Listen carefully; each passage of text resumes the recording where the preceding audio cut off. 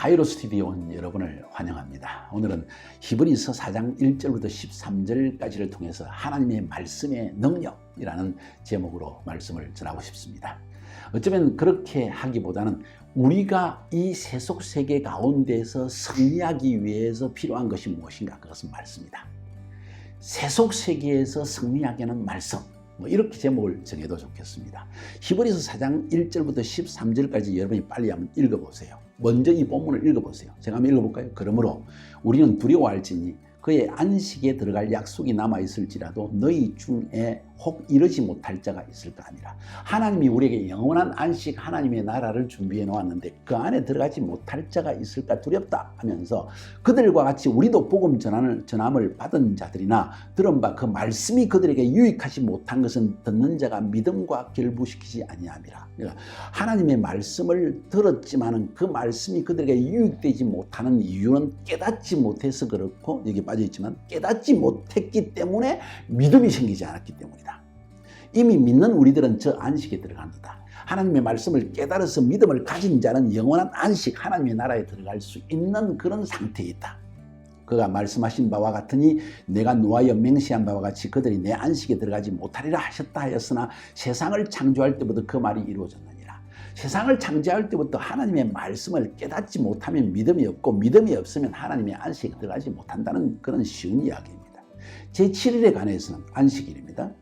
어딘가에 이렇게 일렀을 때 하나님은 제7일에 그의 모든 일을 쉬셨다 하셨으며 또다시 거기에 그들이 내 안식에 들어오지 못하리라 하였으니, 그러면 거기에 들어갈 자들이 남아있거니와 복음 전함을 먼저 받은 자들은 순종하지 아니함으로 말미암아 들어가지 못하였으므로, 유대인들이 처음 하나님의 말씀을 받았는데도 불구하고 그 말씀을 적용시키지 못하고 깨닫지 못해가지고 불순종하게 되고 결국은 안식에 들어가지 못했다. 오랜 후에 다윗이 그래 다시 어느 날을 정하여 오늘이라고 미리 이같이 읽었을 때 오늘 너희가 그의 음성을 듣거든 너희 마음을 완고하게 하지 말라 했으니, 그런 만일 여호수아가 그들에게 안식을 주었다면 그 후에 다른 날을 말씀하지 아니하였으리라. 그러니까 하나님께서 광야에 있는 백성들에게 오늘날 너희가 음성을 듣거든 광야에서 불순종한 출애굽 1세대 백성들처럼 거역하지 말라. 하나님이 모세를 통해서 말씀하셨는데 그 말씀을 깨닫지 못했기 때문에 그들은 광야에서 죽고 말고 안식에 들어갈 수가 없었다는 겁니다.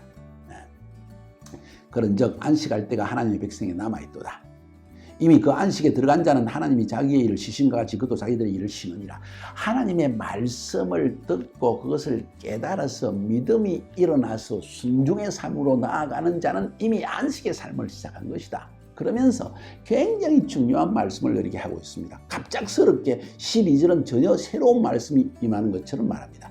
하나님의 말씀은 살아있고 운동력이 있어 좌우의 날선 어떤 것보다도 예리하여 혼과 영과 및 관절과 골수를 찔러 쪼개기까지 하며 또 마음의 생각과 뜻을 판단하느니 지으신 것이 하나도 그 앞에 나타나지 않음이 없고 우리의 결산을 받으실 이의 눈앞에 만물이 벌거벗은 같이 드러납니다. 하나님의 말씀이 딱 임하면, 그 말씀이 깨달아지면 내 심령의 관절 골수 다 찔러 쪼개고 내 혼과 영과 모든 것을 밝히 드러내신다는 이야기입니다. 깨닫게 하신다는 이야기입니다.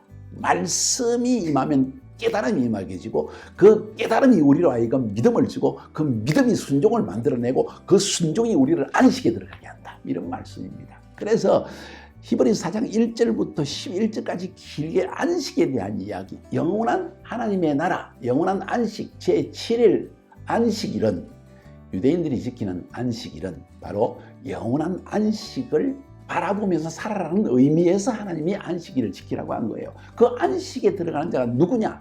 바로 믿음을 가진 자다. 믿음은 어떻게 생기느냐? 말씀을 깨달으면서 일어난다. 말씀의 깨달음이 어떻게 일어나냐? 그 말씀 자체가 심령과 골수와 관절과 혼과 영을 찔러 쪼개는 내 안에 모든 것을 드러내는, 내 어둠을 드러내서 회개하게 하고 내 안에 어둠이 벗어나고 난 다음에 생명과 빛을 임하게 하기 때문에 믿음이 생겨나고 그 믿음 때문에 안식하게 들어가는 것이다. 이런 말씀을 지금 하고 있는 거예요. 제가 말씀하는 것은 말씀을 연구하십시오. 말씀을 깨달으십시오. 이 깨달음이 여러분에게 믿음을 강하게 합니다. 모태신앙인데도 믿음이 없는 사람이 있습니까? 말씀이 없어서 그런 거예요. 형식적으로 예배만 매주 드린 적 뭐합니까? 깨달음이 없는 걸요. 율법적으로 내가 주일날 참석했으니까 됐다 하는 마음 아닙니까? 잘 생각해 봅시다. 여러분, 말씀을 통해서 믿음을 가지고 영원한 안식에 이 땅에서부터 안식을 누리는 그런 삶을 살 수 있기를 주님의 이름으로